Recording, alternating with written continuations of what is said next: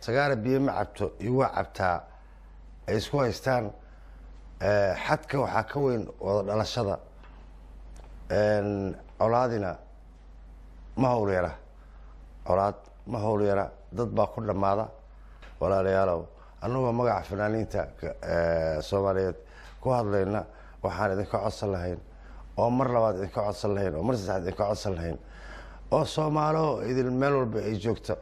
dagaalkaas tukaraq ka dhacay cid walba ay ka soo hadashay hadday culamaa udiin ahaan lahayd iyo hadday ahaan lahayd